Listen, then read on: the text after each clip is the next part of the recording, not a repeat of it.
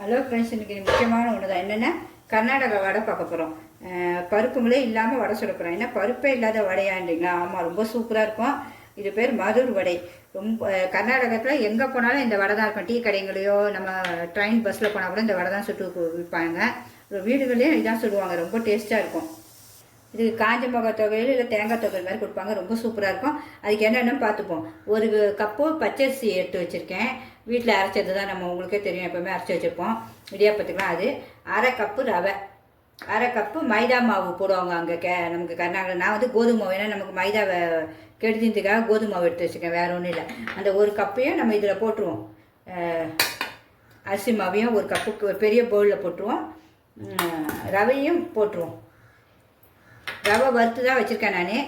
அப்புறம் நீங்கள் வறுக்கவும் செய்யலாம், வறுக்காமல் சரி தான். ஏன்னா கொஞ்சம் தான் நம்ம ஊற வைக்க போகிறோம், ஒரு 5 நிமிஷம். அதை அப்புறம் கோதுமை மாவும் ஒரு கப்பையும் இதிலே போட்டுருவோம். போட்டு வெள்ளை எள்ளு வறுத்து வச்சுருக்கேன். நல்லா வறுத்தா தான் நல்லாயிருக்கும், மனமும் இருக்கும், நல்லா பொரியும், ஒன்றும் பண்ணாதனால அது போட்டு வச்சுருக்கேன். நமக்கு காற்றுக்கு தக்க மிளகாத்தூள், உப்பு வச்சுருக்கேன். சுவைக்கு தக்க நான் அரை ஸ்பூன் மிளகாத்தூள் போட்டிருக்கேன். உப்பு ஒரு சிறிதளவு நமக்கு தேவைக்கப்ப. இது அவ்வளோ அப்படியே இருக்கட்டும். அதுக்கப்புறம் இதுக்கு அடுத்து என்னென்ன தேவையும் பார்க்கலாம். இதுக்கு அடுத்தது இது நமக்கு வந்து வடைக்கு போகிறதுக்கு சின்ன வெங்காயம் ஒரு 6 எடுத்துருக்கேன். ஏன்னா சின்ன வெங்காயம் தான் ரொம்ப சூப்பராக இருக்கும். பச்சை மிளகாய் 2 நல்லா மெலிசாக கீரி அரிஞ்சு வச்சுக்கணும். கருவேப்பிலை கொஞ்சம், உங்களுக்கு கருவேப்பிலை எவ்வளோனாலும் போட்டுக்கோங்க. இஞ்சி ஒரு சின்ன துண்டு, அப்புறம் 2 பூண்டு பல் எல்லாம் அரிஞ்சிடணும். இப்போ அரிஞ்சும் காட்டிடுறேன். கொத்தமல்லி நமக்கு தேவைக்கப்போ எவ்வளோ நாள் போடலாம். நமக்கு நல்லது பார்த்திங்களா, எதிர்ப்பு சக்தி, நோய் எதிர்ப்பு சக்தி நல்லா ஓகே. இதெல்லாம் அப்படியே இதில் எல்லாம் அரிஞ்சிருவோம். அதுக்குள்ளே இதை நல்லா கலக்கிட்டு ஒரு 10 நிமிஷம், அப்படியே ஒரு 5 நிமிஷம் ஊற வச்சுருப்போம். ஏன்னா இந்த ரவை உங்களுக்கு வேகணும். நம்ம இந்த மாவோட வந்து ஒரு ஸ்பூன் எண்ணெய் சூடாக்கி ஊற்ற போகிறோம். ஊற்றிட்டு தான் நம்ம தண்ணி ஊற்றி பிசைப்போம்.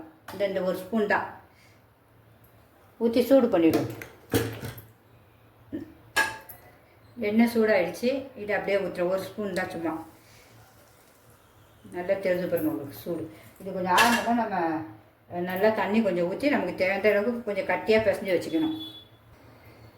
அது எல்லாமே நம்ம போட்டாச்சு. இந்த அரிஞ்சிட்டும் வந்தாச்சு எல்லாத்தையும். இதெல்லாம் அப்படியே இதில் போட்டுருவோம். கொஞ்சம் சூடு ஆறிச்சா மட்டும் பார்த்துங்க. நம்ம போட்ட எண்ணெய் ஒரு ஸ்பூன் எண்ணெய் ஊற்றிருக்கோம். அது ஸ்பூன் ஆறிடணும் சூடு, இல்லை கையில் சுட்டுறோம் நமக்கு. இதை வந்து இப்போ லைட்டாக தண்ணி ஊற்றி அப்படியே பிசையுங்க.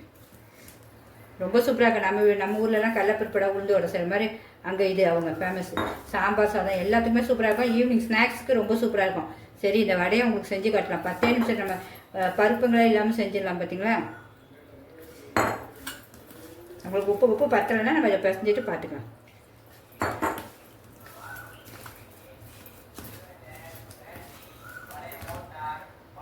இதை நல்லா பிசைஞ்சாச்சு. உங்களுக்கு கருப்பெள்ளு போட்டாலும் நல்லா அழகாக தெரியும். நீங்கள் கருப்பெள்ளு கூட வறுத்து போடுங்க. நல்லா அங்கங்கே எந்த எள்ளு வேணாலும் போடலாம் உங்களுக்கு. நல்லா அந்த பிசைஞ்சிட்டேன். இன்னும் ஒரு 10 நிமிஷம் அப்படியே ஊறட்டும். நம்ம நல்லா தட்டையாக ஊற்றி போடணும். நம்ம வடைங்க மாதிரி போடக்கூடாது. கையில் விழுப்புங்க. எப்படி ஒட்டால் கூட ஒட்டாது. கொஞ்சம் பிசு இருந்தாலும் உங்களுக்கு கவலை இல்லை. ஒன்று நம்ம எண்ணெய் ஒரு ஸ்பூன் போட்டனால அது ஒன்றும் ஆகாது. இந்த 5 நிமிஷத்தில் இது வந்து நமக்கு ரவை கொஞ்சம் ஊறணும்ல, அதுக்காக தான் ஊற வைக்க போகிறேன். அவ்வளோதான். இந்த நம்மளுடைய வடை ஊறிடுச்சு ஒரு 5 நிமிஷம். நீங்கள் தொட்டு பார்த்தாலும் ஒட்டுதுன்னா கவலைப்படாது. ஒன்று எண்ணெய் தடவி நம்ம கடாயில் போட்டோம், இல்லைன்னா தண்ணியிலே கூட தொட்டு மெலிசாக தட்டணும். கொஞ்சம் மெலிசாக தட்டி போடணும். இப்போ அப்படியே நம்ம அதை செஞ்சுருவோம். அதையும் கடாய் வச்சுருக்கேன். எண்ணெய் ஊற்றுவோம். எண்ணெய் ஊற்றிடுவோம். தேவையான அளவு ஊற்றிக்கலாம்.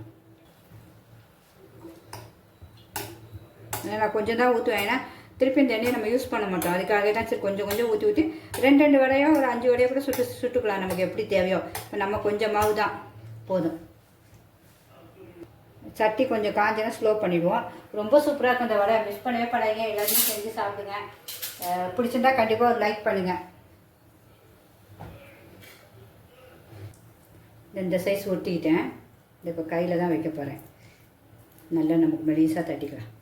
ஏன்னா நம்ம வடை மாதிரி கிடையாது. இது நல்ல முறுமுறுன்னு. இது வந்து மாவும் இல்லை நமக்கு. நம்ம தான் பருப்புங்க, அதான் வித்தியாசம். இந்த பாருங்க, தட்டிட்டோம் பாருங்க. போட்டாச்சு. வேகட்டும் பொறுமையாக. நான் எண்ணெய் ஊற்றுறேன். சும்மா தண்ணியில் தான் தொட்டு எடுக்கிறேன்.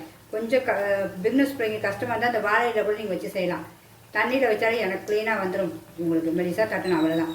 தட்டிட்டு அதை அப்படியே போட்டுடணும் எடுத்து. கொஞ்சம் அப்படியே இந்த மாவு பார்த்திங்களா இருக்கணும், அவ்வளோதான். மெலிசாக போடணும், அவ்வளோதான். இன்னும் கொஞ்சம் கலர் மாறிட்டு வெந்துருச்சான்னு பார்ப்போம்.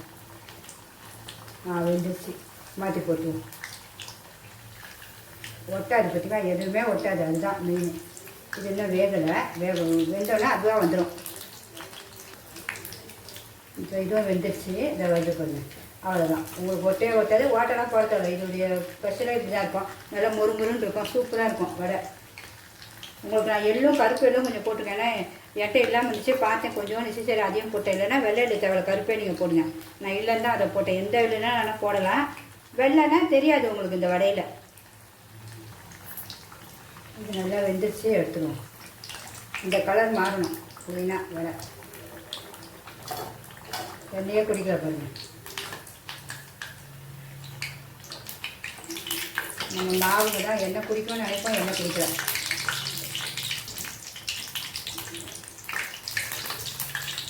எண்ணெய் கலரும் மாறாதுங்க எண்ணெய்ங்க உங்களுக்கு, அதுதான்.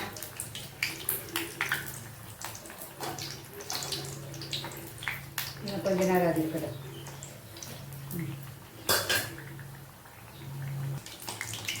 இவங்க நாளாக இப்படியே கட்டி இப்படியே போட்டுவேன், ஒரே கையிலே வேலை முடிஞ்சிடும். அது பழகிட்டா ஈஸியாக வந்துடும் வடைலாம். அடுத்த செட்டும் வேகுது. கர்நாடகா ஸ்டைலில் நம்ம மாதூர் வடை ரெடி ஆகிடுச்சு. என்ன சூப்பராக இருக்குது பாருங்கள், கிறிஸ்பியாக இருக்குது பாருங்கள். உடைச்சாலும் சூப்பராக இருக்கும், நல்லா முறுமுறுன்னு அவ்வளோ ஒரு டேஸ்ட்டு. எல்லாருமே செய்யுங்க, மிஸ் பண்ணவே பண்ணாதீங்க. என்ன ஒரு சொட்டு குடிக்கல. இதுக்கு வந்து நான் காஞ்ச மிளகாய் சட்னி வச்சுருக்கேன், நீங்கள் தேங்காய் சட்னி வச்சுருக்கேன், சாம்பார் தொட்டு சாப்பிட்லாம். இங்கே பாருங்கள் வடை உள்ளே சூப்பராக இருக்குது. சட்னிலையும் தொட்டு சாப்பிட்டு காட்டுறேன் பாருங்கள், அப்படியே என்ன சூப்பராக இருக்குது பாருங்கள். அப்பா சொல்ல வார்த்தையே இல்லைங்க, உண்மையாகவே எல்லோரும் செஞ்சு பாருங்க, ரொம்ப டேஸ்ட்டாக இருக்கும். மிஸ் பண்ணவே பண்ணாதீங்க. பிடிச்சிருந்தா கண்டிப்பாக சப்ஸ்கிரிப்ஷன் பண்ணுங்கள் ஃப்ரெண்ட்ஸ். ஒரு எண்ணெய் குடிக்கிற நமக்கு 10 நிமிஷத்தில் வடை ரெடி. பருப்புங்க கிடையாது, அப்போ நம்ம எவ்வளோ பெனிஃபிட், நமக்கு டக்குன்னு செஞ்சு டக்குன்னு சாப்பிட்டுடலாம். ஓகே ஃப்ரெண்ட்ஸ், பிள்ளைங்களுக்கு பெரியவங்களுக்கு எல்லாருக்குமே செஞ்சு கொடுங்க. Okay bye. பிடிச்சிருந்தா லைக் பண்ணுங்கள்.